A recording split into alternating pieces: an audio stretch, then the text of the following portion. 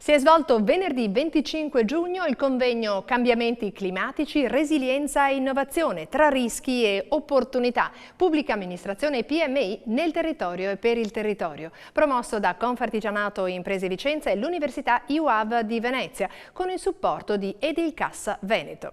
Numerosi gli interventi che hanno contribuito ad attraversare le tematiche proposte sotto diversi profili, dagli scenari e rischi potenziali dovuti ai cambiamenti climatici sempre più repentini al focus sugli impatti sulla salute, per arrivare al focus su imprese, sostenibilità e finanza sostenibile. Il tutto all'interno di uno sviluppo orientato alle linee guida presenti nell'Agenda 2030 per la sostenibilità e la resilienza del territorio.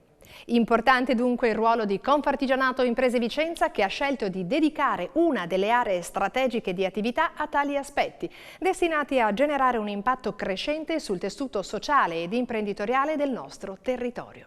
Sentiamo il commento di Gianluca Cavion. All'interno del PNRR un tema centrale riguarda il tema della sostenibilità, dei cambiamenti climatici, della resilienza e dell'innovazione. In un contesto di cambiamento, le imprese possono fare molto, adottando processi di produzione che rientrino in una logica complessiva di sostenibilità ed economia circolare. Confartigianato è a fianco delle imprese e degli interlocutori pubblici in questo cammino. Il ben fatto, il fatto per durare, il fatto senza sprechi sono da sempre gli elementi distintivi delle nostre imprese artigiane. Una sfida decisiva, quella che si pone davanti non solo per le imprese, ma per l'intera società, come ha affermato Roberto Ciambetti, presidente del Consiglio regionale del Veneto. Mi limiterò a una breve considerazione che faccio non tanto nelle vesti di Presidente del Consiglio regionale, ma da sostenitore e non da oggi dell'economia circolare. Già nella scorsa legislatura ero stato estensore e proponente di una legge specifica per lo sviluppo anche nella pubblica amministrazione di tutte le prassi collegate all'economia circolare. Legge che ho riproposto pochi mesi or sono, ma aggiornata alle nuove tendenze e sollecitazioni che giungono dal mondo della ricerca e dell'economia. Spero inoltre di poter contare sul vostro contributo per la creazione di un piano regionale per lo sviluppo circolare che si occupi prevalentemente di sviluppo economico sostenibile e che venga incontro alle imprese, soprattutto alle micro e piccole imprese.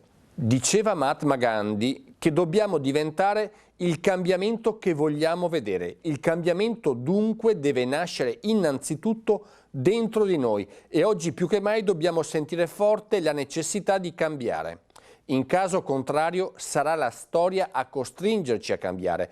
Ciò vale per le imprese, ma vale per la pubblica amministrazione, per lo Stato come per tutte le istituzioni. O cambiamo o verremo travolti.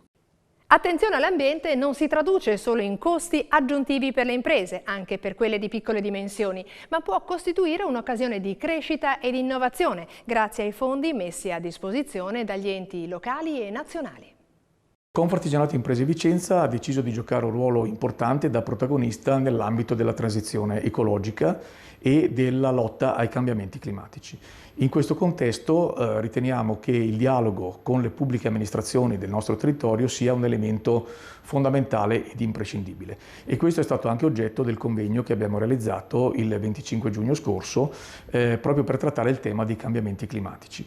In particolare noi come associazione rappresentiamo le micro e piccole imprese, le imprese artigiane che vivono il proprio territorio e sono radicate nel territorio e quindi devono essere considerati come attori fondamentali nel processo di lotta ai cambiamenti climatici.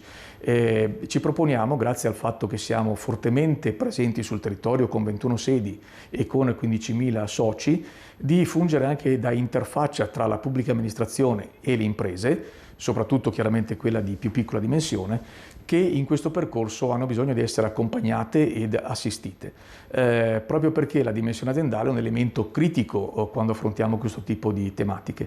È per noi molto importante soprattutto che le imprese colgano nella lotta ai cambiamenti climatici anche degli elementi di opportunità e non soltanto degli elementi di criticità o di rischio. A tale riguardo sottolineo che il Piano Nazionale per la Ripresa e la Resilienza destinerà una quota importante di fondi proprio a questo tipo di tematiche e a questo tipo di interventi per la lotta ai cambiamenti climatici. È importante, e ci adopereremo in questo senso, che anche le piccole imprese e le microimprese possano beneficiare di queste provvidenze, unite a quelle della programmazione regionale, per affrontare un percorso sicuramente complesso, ma che può portare a risultati estremamente importanti anche nell'ottica di aumentare la loro competitività e il loro apprezzamento verso possibili committenti.